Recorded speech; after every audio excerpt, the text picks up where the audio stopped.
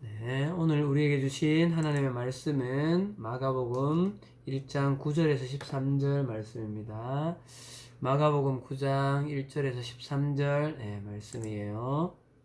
함께 다 같이 봉독하도록 하겠습니다. 자기 자리에서 소리내서 읽어주세요. 시작.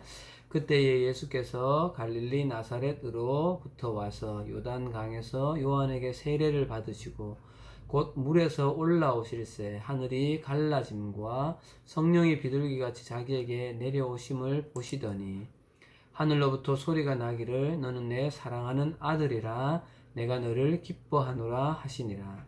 성령이 곧 예수를 광야로 몰아내신지라.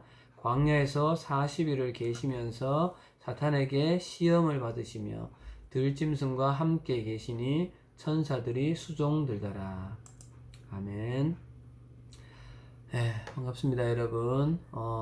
우리 지금 정부의 거리 유지 2단계의 예배의 지침이 20% 범위이기 때문에 사실 우리 중고등부는 이제 20%를 유지하려면 이제 6명 정도밖에 함께 예배할 수가 없어요. 그래서 오늘부터 다시 온라인 예배를 우리 중고등부는 드리는데 오늘 또 정부에서 새로운 지침 발표가 있을 것 같아요.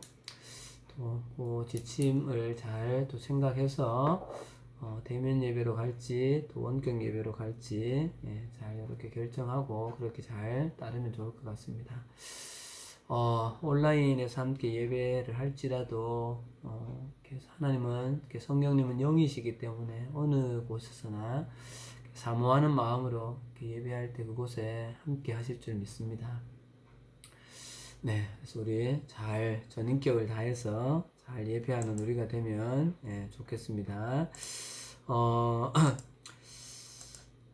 우리 지난 2주까지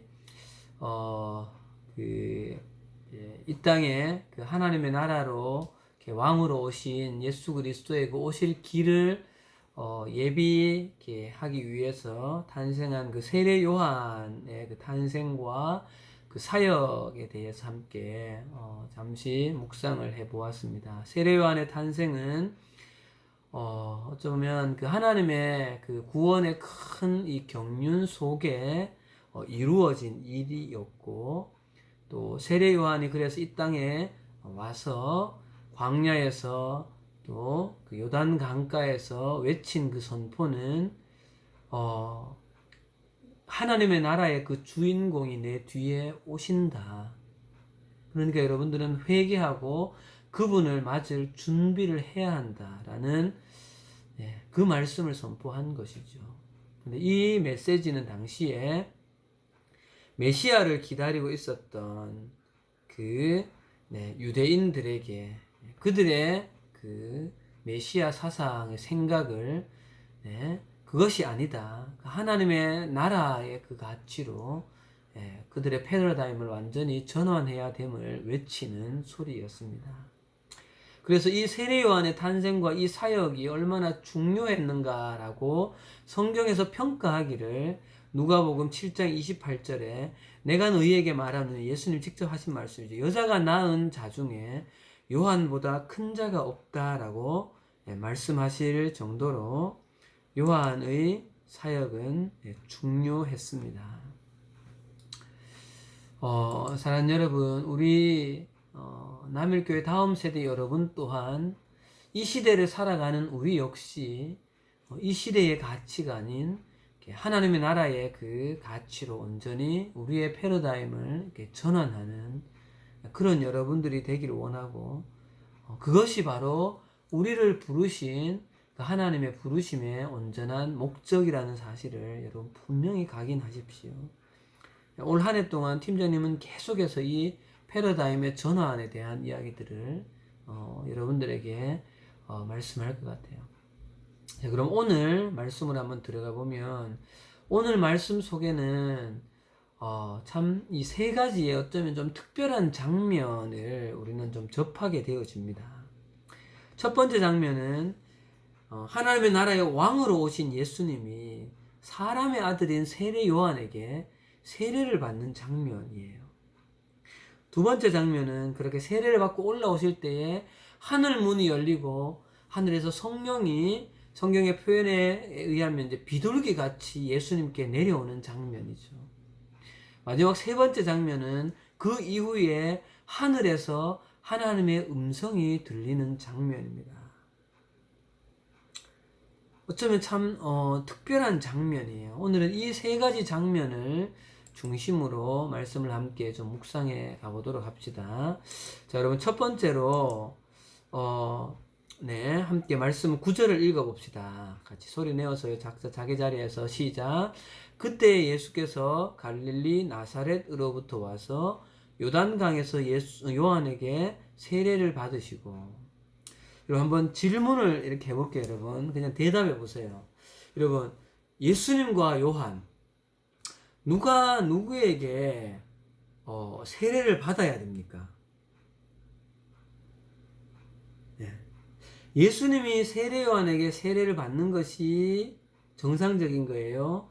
세례 요한이 예수님에게 세례를 받는 것이 정상적이라고 할 수 있을까요? 대답해 보세요. 누가 누구에게 세례를 받아야 돼요? 네. 당연히 죄인인 그 세례 요한이 하나님의 나라의 왕으로 오신 예수님께 세례를 받는 것이 어쩌면 당연한 거죠. 그렇죠? 그리고 여러분 당시에 세례 요한의 세례는 일반적으로 그 죄 사함의 회개의 세례인 거예요. 그럼 한번 물어봅시다, 여러분. 예수님이 회개할 죄가 있으신가요? 아니죠. 성경에는 곳곳에 예수님은 죄가 없는 분이시라고 말씀하고 있어요. 자, 그러면 왜 우리는 질문이 이렇게 나오게 되죠. 그럼 왜 예수님이 요한에게 와서 세례를 받으시냐는 거예요. 왜? 사실 이해가 잘 안 가는 부분이긴 해요. 근데 재미있는 사실은 우리가 이렇게 약간 좀 의아해 하듯이 세례요한 스스로도 예수님께 우리와 똑같은 반응을 했다는 사실이에요. 자, 여러분, 요 그 장면을 조금 더 자세하게 나타낸 지금 본문이 좀 잘못됐네요. 마태복음 3장 13절에서 17절에 가면 13절에 이때 예수께서 갈릴리로부터 요단강에 이르러 요한에게 세례를 받으려 하시니, 자, 요한이 말려 이르되 내가 당신에게 세례를 받아야 될 텐데 왜 당신이 내게로 오시나이까? 네. 그러니까 예수님께서 대답하여 이르시되 이제 허락하라. 우리가 이와 같이 하여 모든 의를 이루는 것이 합당하니라 하시니 이에 요한이 허락하시는지라. 그렇죠? 우리가 의아해 하듯이 요한도 왜 예수님이 내한테 옵니까? 내가 예수님한테 가서 세례를 받아야 될 텐데요. 이렇게 생각했던 거예요. 자, 요 장면을 그 성화 영화로 만들어진 것이 있어서 얼마나 잘 이게 전달이 될지 잘 모르겠지만 한번 여러분들에게 요걸 조금 한번 영화로 잠깐 보겠습니다. 조금 끊기더라도 이해하고 보세요.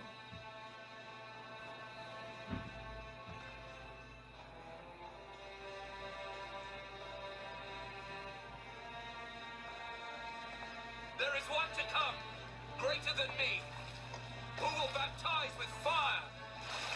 I am just a voice in the wilderness, preparing the way for the...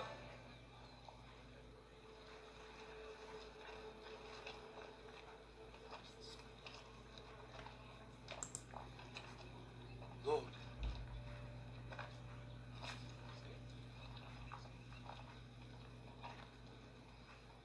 Don't stop. Surely I need you to baptize me.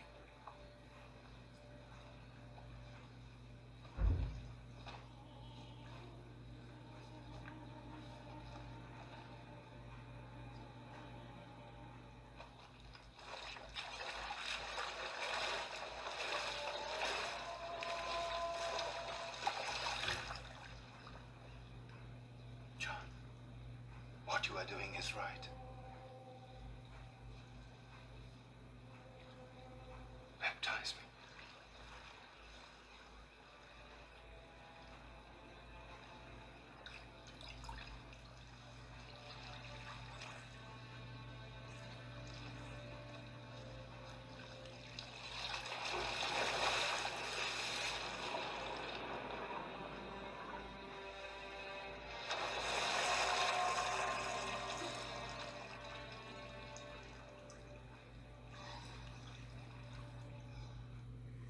네.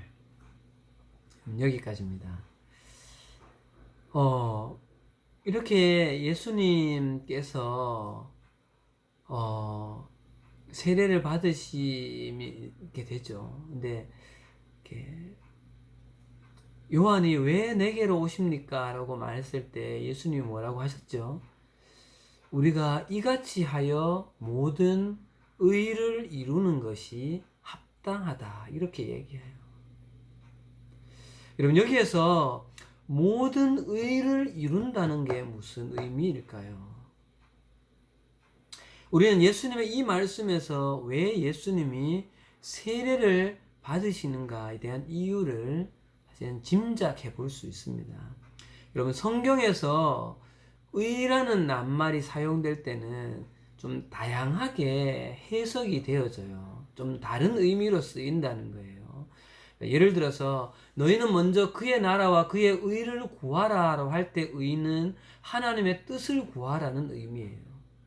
또 복음에는 하나님의 의가 나타나서라고 말할 때는 그 의는 예수 그리스도께서 우리의 의가 되신다. 즉 예수 그리스도를 나타내는 것이죠.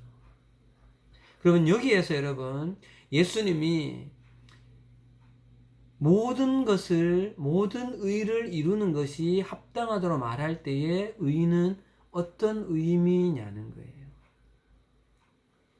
이것은 팀장님의 생각이 아니라 성경 학자들의 주석에 의하면 이렇게 이야기해요. 이 부분에서의 모든 의를 이루는 것은 옳은 것을 온전히 수행하는 것이다. 옳은 일을 온전하게 행하는 것이다. 라고 그렇게 이해를 합니다. 여러분, 이런 의미에서 이 예수님의 말씀을 다시 한번 좀 풀어본다면, 하나님의 나라의 왕으로 오신 예수님이 사람인 세례 요한에게 세례를 받음으로써 하나님께서 가지셨던 구원의 그 우주적인 큰 구원의 계획, 그 경륜, 그 하나님의 옳은 그 뜻을 온전히 이루는 그것이 마땅하다는 것이죠. 그 과정 중에 이 세례 또한 있다는 거예요. 여러분, 이것을 본문 말씀을 여러분 그 현대어 버전으로 보면 이렇게 기록이 되어 있어요. 여러분 잘 보세요. 이렇게 보면 좀 이해가 쉬울 거예요. 예수님께서 대답하셨다. 지금은 내가 하자는 대로 하여라. 우리가 이같이 이렇게 하여야 하나님의 뜻을 따르는 것이다. 그러니까 하나님의 그 구원의 큰 경륜 속을 그 뜻을 온전히 따르는 것 중에 한 파트가 세례 요한에게 예수 그리스도가 세례를 받는 그것이라는 거죠. 자, 그러면 여러분 조금 더 여러분 나가서 왜 그러면 예수님이 세례 요한에게 세례를 왜 받아야 하는가? 그것이 왜 하나님의 뜻인가라는 부분을 좀 생각해 봐야 돼요. 자, 두 가지로 좀 우리가 생각을 해 보도록 합시다. 첫 번째, 가장 먼저는 여러분, 예수님의 이 세례는 우리를 구원하시고 이 땅에 하나님의 그 나라를 회복하고자 하시는 하나님의 그 거대한 구속사적인 그 구원의 경륜의 의미의 가장 핵심적인 내용이라는 사실이에요. 무슨 말인가 하면, 여러분, 예수님이 세례 요한에게 세례를 받으신 것은 세례 요한이 예수님을 이렇게 말한 적이 있죠. 예수님은 세상 죄를 지고 가는 하나님의 어린 양이다. 정확한 표현이죠. 예수님은 세상 죄를 지고 가는, 우리의 죄를 지고 가는 하나님의 어린 양입니다. 그렇기 때문에 당신은 스스로는 죄가 없으시지만 우리의 죄를 대신해서 우리의 죄의 문제를 해결하셔야 하는 그 사명을 가지고 이 땅 가운데 오셨기 때문에 그 사명을 감당하는 것에 가장 큰 상징적으로 나타내고 있는 그 일이 바로 세례라는 것이죠. 왜냐하면요, 세례는 죄의 사함에, 물속에 들어간다는 것은 죄의 사함을 받는다는 것이고, 죄에서 내가 죽었다는 말이고, 죄의 물에서 나온다는 것은 그 새로운 생명을 얻는다라는 그 의미가 있는 것이잖아요. 여러분, 이 세례는 이후에 죄가 없으신 예수 그리스도께서 최종적으로 십자가에서 우리를 대신해서 죽으신 그 십자가로 실제화가 되어지는 것이죠. 그래서 여러분, 예수님이 이 세례 요한에게 죄가 없으신 예수님이 마치 죄 있는 사람처럼 와서 세례를 받았다는 것은 예수님께서 공생애의 끝에 지셔야 될 그 예수 그리스도의 그 십자가의 의미와 직접적으로 맞닿아 있다는 사실인 것이죠. 그래서 한마디로 말하면 예수님이 세례를 받으신 것은 우리의 죄를 대신해서 우리의 죄를 대신 씻어주는 그 상징적인 일을 시작하신 것이죠. 그것을 위해서 내가 이 땅 가운데 오셨다는 의미로 예수님의 공생의 사역을 시작하는 것도 그것으로 시작이요, 끝도 십자가로 끝냈다는 사실이에요. 다르게 표현해 보면 그것은 삼위일체의 그 온전한 하나님께서 품으셨던 이 구원의 원대한 우주적인 그 하나님의 구원의 이 경륜, 하나님의 나라를 회복하시는 이 옳은 일, 가장 선하고 가장 옳은 이 일을 온전히 이루는 그 행위가 의로운 행위라는 것이. 그래서 모든 의를 이루는 것이 합당하다. 예수님이 이렇게 말씀하시는 거죠. 여러분, 조금 이해가 되어집니까? 여러분, 또 한 가지는 예수님의 세례는 상징적으로 예수님의 고난과 죽으심과 부활을 의미하는 것이죠. 여러분, 혹시 물에 빠져가지고 막 죽을 것처럼 막 허우적허우적 거려본 경험이 있나요, 여러분? 예. 그 경험이 있는 친구는 물에 빠진 것이 진짜 죽는 것이구나라는 그게 실제적으로 와닿을 거예요. 여러분, 장로교에서는 약식으로, 교회 본당에서 물을 담아서 머리에 바르는 것으로 대신하지만, 당시의 침례는 좀 전에 영상으로 봤던 것처럼 물속에 완전히 잠기는 것이에요. 이걸 우리는 보통 침례라고 표현하죠. 그래서 침례교가 있잖아요. 실제로 침례교에서는 지금도 웹타이즈, 침례를 합니다. 여러분, 물속에 완전히 들어가는 것은 죄와 옛 자아를 내가 죽는다는 것을 의미하고, 물 밖으로 다시 나오는 것은 내가 예수로 새로운 생명을 덧입는다는 것이죠. 마찬가지로 예수님이 세례를 받아서 물속에 들어가시는 것은 예수님이 십자가에서 죽으시고 3일 만에 다시 살아나시는 그 부활을 상징한다는 거예요. 자, 여러분, 이런 의미에서 여러분, 예수님이 세례를 받으셨습니다. 그리고 올라오셨을 때 예수님에게 또 하나의 놀라운 장면이 펼쳐지는데, 그것이 10절 말씀이죠. 곧 물에서 올라오실새 하늘이 갈라지고 성령이 비둘기같이 자기에게 내려오심을 보시더니. 여러분, 예수님이 세례를 받으시고 올라오셨을 때에 하늘문이 열리고, 이 하늘문이 열렸다는 것이 우리는 어떤 의미인지 사실 이해하기 어렵습니다. 왜? 우리의 육신의 눈으로 볼 수 있는 것이 아니기 때문에 그래요. 하나님의 성령이, 여기 표현에 빌리면 비둘기와 같이, 어떤 형상인지 모르지만 하나님의 그 성령께서 삼위일체 하나님의 성령이 예수님에게 강하게 임합니다. 네. 이 장면은 당시에 그 자리에 그 현장에 있었던 사람들의 유대인 그리스도인들의 그 사람들의 눈에는 눈으로 볼 수 없는 현상이었던 것이죠. 여러분, 그리고 나서 또 한 가지 놀라운 장면이 이어지는데 하늘에서 한 소리가 울려 퍼집니다. 그 소리는 뭐예요, 여러분? 너는 내 사랑하는 아들이다. 내가 너를 기뻐하노라. 여러분, 모르겠습니다. 이 소리, 이 음성도 또한 요단강에 함께 모였던 그 사람들이 들었는지 듣지 못했는지는 잘 모르겠어요. 아마 듣지 못했을 가능성이 크지 않을까 싶어요. 여러분, 머릿속으로 한번 상상해 보십시오. 예수님이 어느 날 세례 요한이 막 외치며 세례를 베푸는 그 현장에 오십니다. 좀 전에 그 영화로 만들어진 그 장면에도 순간 세례 요한이 예수님을 발견하자마자 얼음이 되어버리죠. 왜 예수님이 나에게 오시는가?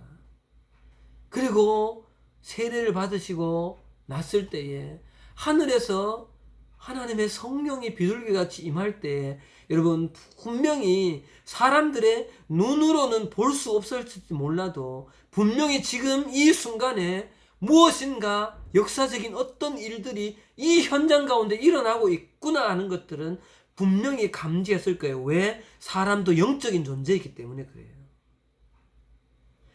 그리고 직접적으로 너는 내 사랑하는 아들이다, 내가 너를 기뻐한다는 이 소식을, 이 말을 선명하게 음성으로 듣지는 못했을지 몰라도 분명히 그 현장 가운데에 어떠한 현상이 일어나고 있다는 것들은 감지했다는 사실이에요.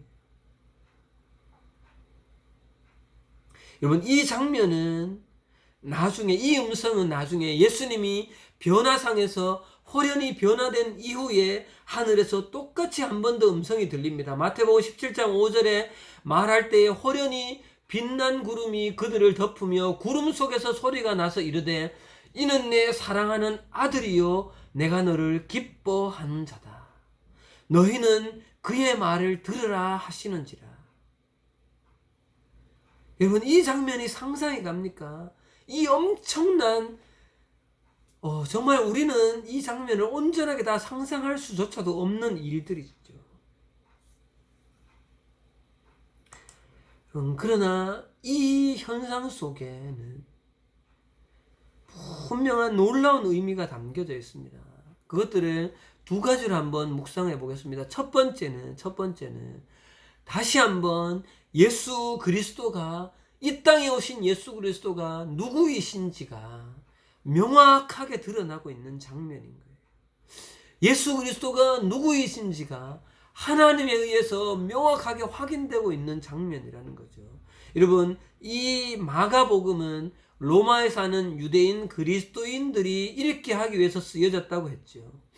그들에게는 너는 내 사랑하는 아들이라고 만군의 여호와 그 하나님께서 예수 그리스도를 이 사람은 온전히 내 아들이다라고 그렇게 선포하셨을 때 이 마가복음을 읽고 있는 이 유대인 그리스도인들의 심령 속에는 오토매틱 어떤 생각이 간다 그랬어요.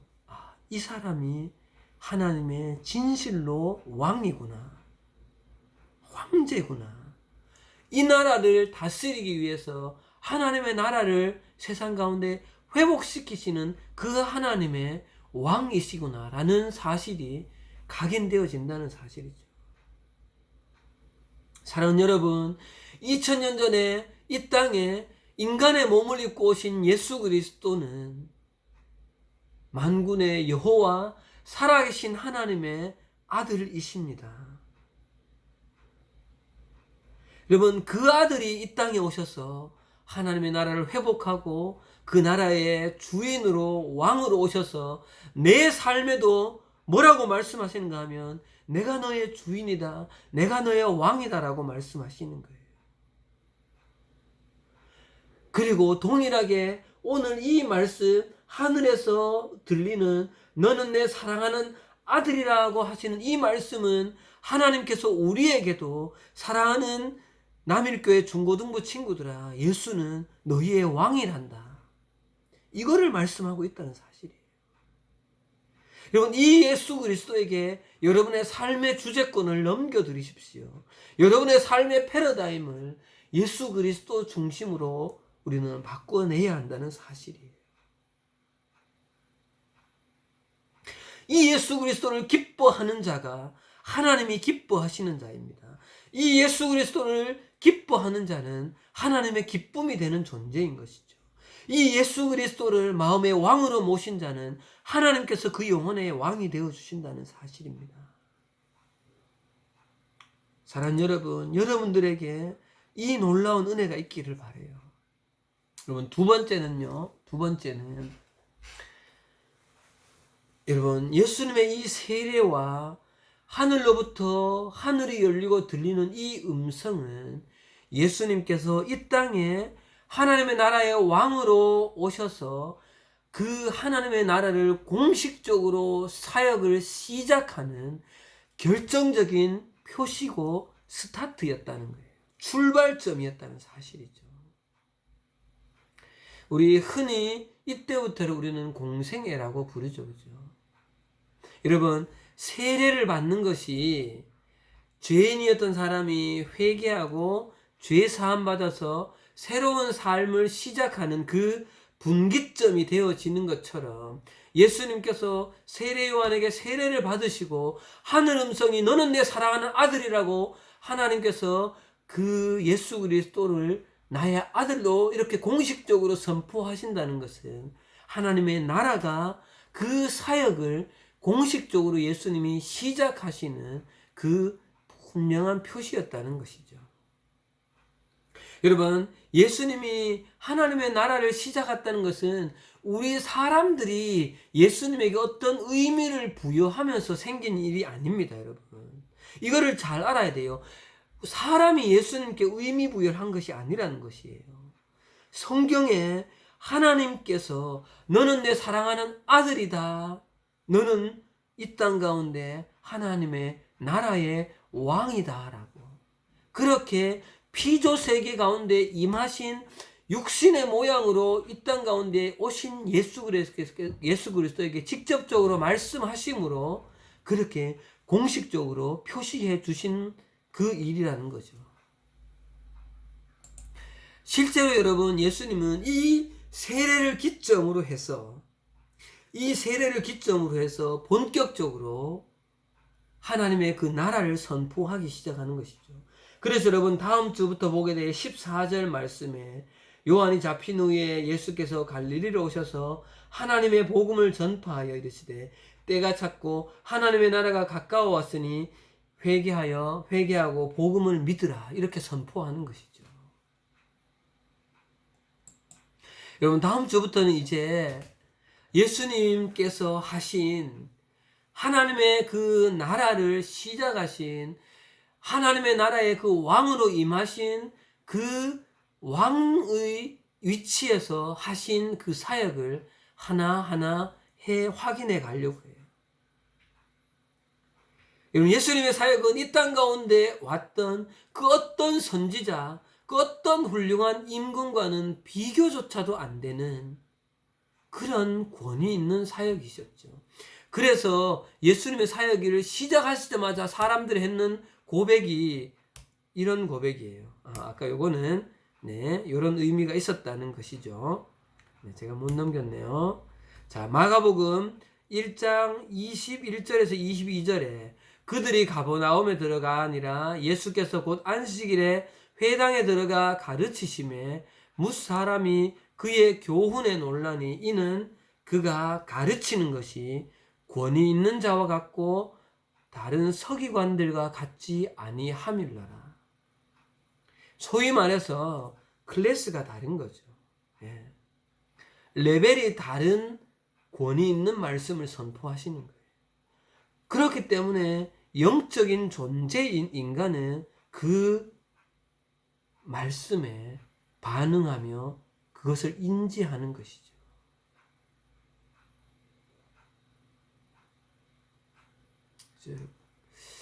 그래서 우리 다음 시간부터는 이제 성경에 나오는 곳곳에 예수님이 일으키신 수많은 그 기적들이 그냥 기적이 일어났구나라고 예수님이니까 하는 것이지라는 관점이 아니라 그 하나님의 그 나라를 이루셨다는 것이 실제로 어떤 의미인지를 이런 각도로 뒤에 있는 말씀들을 좀 해석해서 보려고 합니다. 자, 네, 오늘 말씀 여기까지 하도록 하고요. 같이 우리 한번 기도하도록 하겠습니다. 같이 한번 기도합시다.